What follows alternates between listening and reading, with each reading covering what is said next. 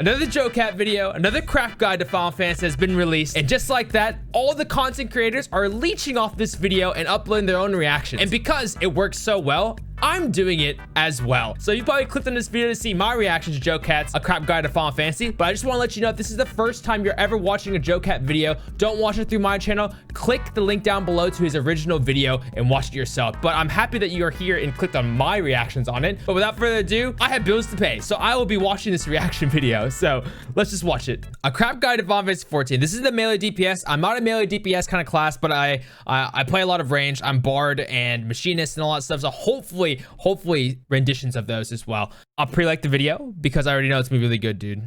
Everyone always says you should be a team player, but honestly, I've always felt like the best way to help the team is by crushing whatever obstacle that's in the way with my heavily toned squat receipts. So that's it. No more playing for anybody else. I play for me, baby. Any reason the raid wipes from now on is no longer my fault. I only exist to make big numbers fly towards the screen and watch my skill bar light up like a Christmas tree at a raid party. And you bet your precious patoot the progress preventers will be promptly pounded because this potent projector of pain will be peppering those beasties until your pack is paved with enough resulting pellets that every peddler will pray to be pampered by a more palatable pacifist.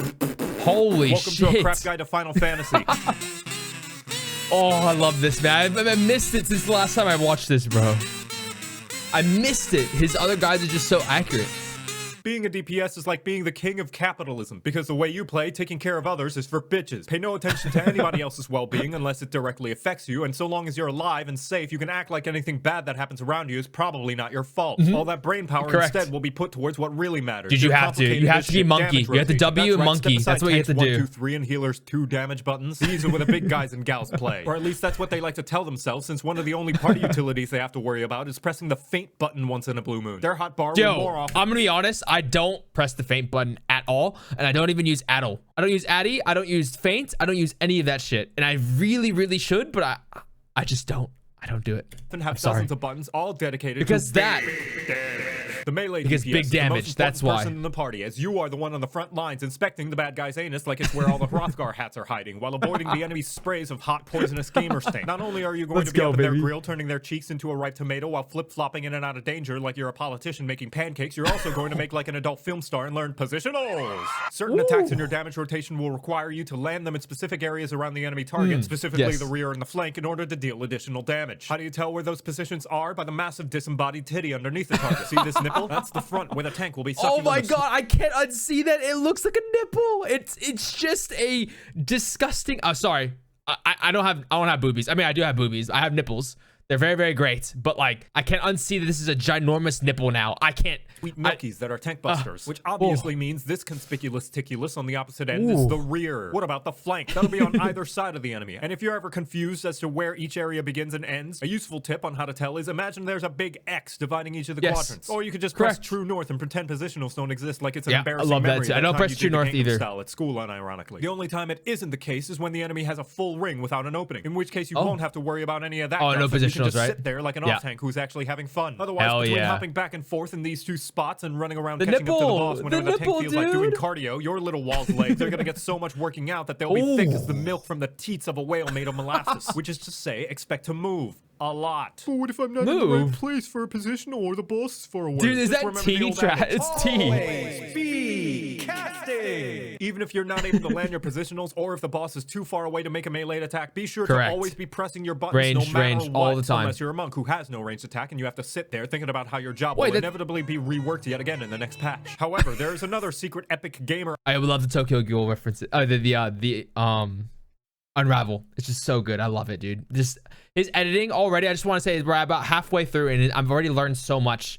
Option that allows you to maximize the DPS you output at the risk of yourself as well as potentially everybody else, but it's usually the healers. This technique is called greed. The funny thing about AoE markers in Final Fantasy 14 is that they only ever mark you for damage if you're standing in them the moment they go away. This means that if you're fast on your fingers, you can stand there DPSing the bad guy while soaking in their radioactive orange juice until the very last second, where you backflip out just as the dropkick of doom skips your fuzzy anime hairs and you don't lose a second of uptime. As I said, however, this is a high risk. If your timing is off and you spend just a millisecond too long, you'll be covered in cheese puffs. You might even die, or in some cases, you'll have to suffer a fate worse than having to read the entire 24-hour chat log of Limsa. Oh, God. Damage down. Oh, no. No. Shh, it's okay. Nobody's gonna take away your big damage numbers. Papa's here to make sure you don't greed too hard if you're not ready, okay? Okay. I love greed. As the melee DPS, you also have first dibs on limit break against most bosses since yours deals the most damage, specifically when they're single. This is because when you hit the limit break button, you're not actually attacking them, just showing them pictures of a happy, healthy relationship, and nothing hurts more than emotional damage. Just ask Ariange. But what are the individual jobs whom of which melee is set up close? Can't you do Ariange like that, bro? There are 5, and each one is a different flavor of anime and edge. Monk, for those of you who want to go fast, having one of the shortest global cooldowns in the game means you'll be dealing out punches like you're a pissed off caterer at a middle school sock hop. Instead of the traditional combos, each attack puts you in a specific stance. Bird, cat, and monkey. Each one combos into another attack that benefits from each respective stance. Your rotation will be all about swapping stances around more than a kid trying sick moves to impress their crush at a middle school sock hop. You also have perfect balance, which allows you to go freestyle and pick whichever stance you're feeling more at the moment without having to do any of the normal stance setup. If you repeat the same stance 3 times during your freestyle, you get a purple token on your stylish moves punch card. And if you do 3 different stances during the freestyle, you get a white one. Do a freestyle with 3 unique moves one more time while you have both a purple and white tokens on your punch card, and you get to turn it in to make your crush dripping wet. That's fun, man. Because for some reason you get to kick them in the face. The only problem is you are the only melee without a ranged attack to keep your uptime. And although you do have a dash that lets you zip around like Goku on a triple shot Ristretto down blend macchiato, if ever you find yourself without a target to punch during combat, you can call timeout on your buffs so they stop moving while you have a little cry because your crush rejected you at the middle school sock hop. That is so good. I didn't know the most that. straightforward of the melee classes and the one most likely to have a tragic backstory. You've yes, got a of course. The most edge possible. And a handful of buffs that will turn anybody else in the party into your partner in dragon slaying. What kind of dragon slaying? That's up for you to decide. Which you'll have plenty of time to do while you're suspended 20 moms in the air, dropping in like a scantily clad human airstrike who's got a date with Nidhogg at 5 and a party at the quicksand at 6. Yes, the Matanga in the room. Dragoon has several damage-dealing jumps necessary to unlocking special attacks in their rotation that will lock you into an animation. Dude, I love Dragoon so much, to move out of your location while the boss is just about ready to piss all over the floor right before you land. So be wary when using your jumps, lest you fling yourself right into a danger puddle and perpetuate the tired singular joke the 14 community has the floor tank, baby. On the bright side, though, you do get the objectively best job mentor in the form of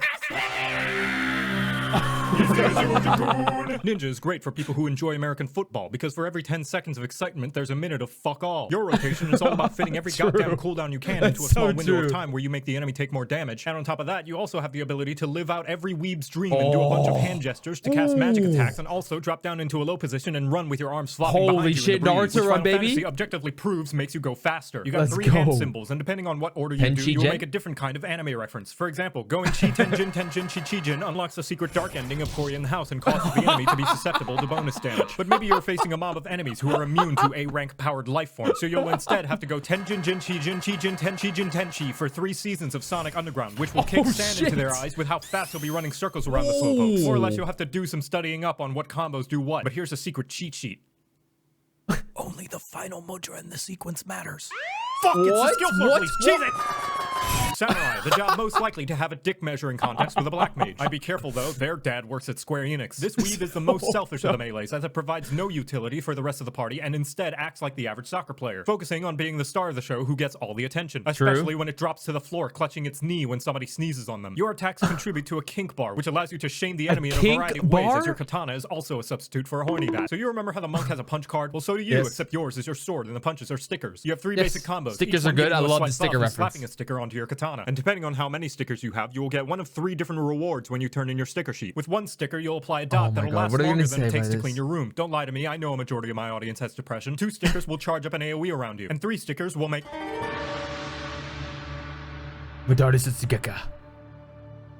Holy shit, this is sick.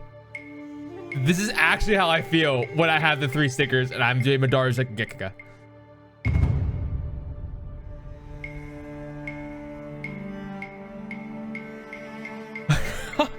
This is so good, man. Oh, that sound is amazing, dude.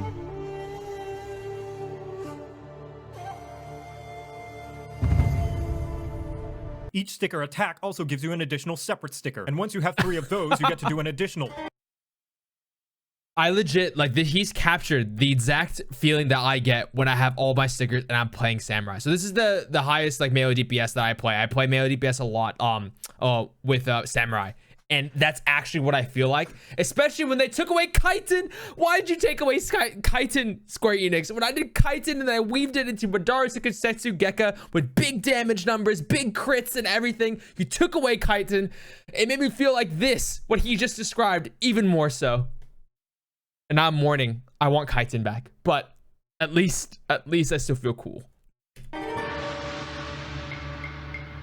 And finally, the Reaper, the transfer student from Garlemald who got the rest to mauled at the fact that they think they're better than the rest of the melees. Which I mean they are, but don't let any Reaper hear you say that. It'll go to their heads. Being the darkest and edgiest of melees means that your job gauge is the Dark Souls HUD. Similar to the Samurai, you build up a bar that can be spent on big slaps. And those big slaps give you edgy boy points that can be spent on additional big slaps. Except this time, they're coral blue number 5 semi-gloss lipstick. Once you've kissed enough boys to build up your fashion bar, you get to turn into a spooky ghost.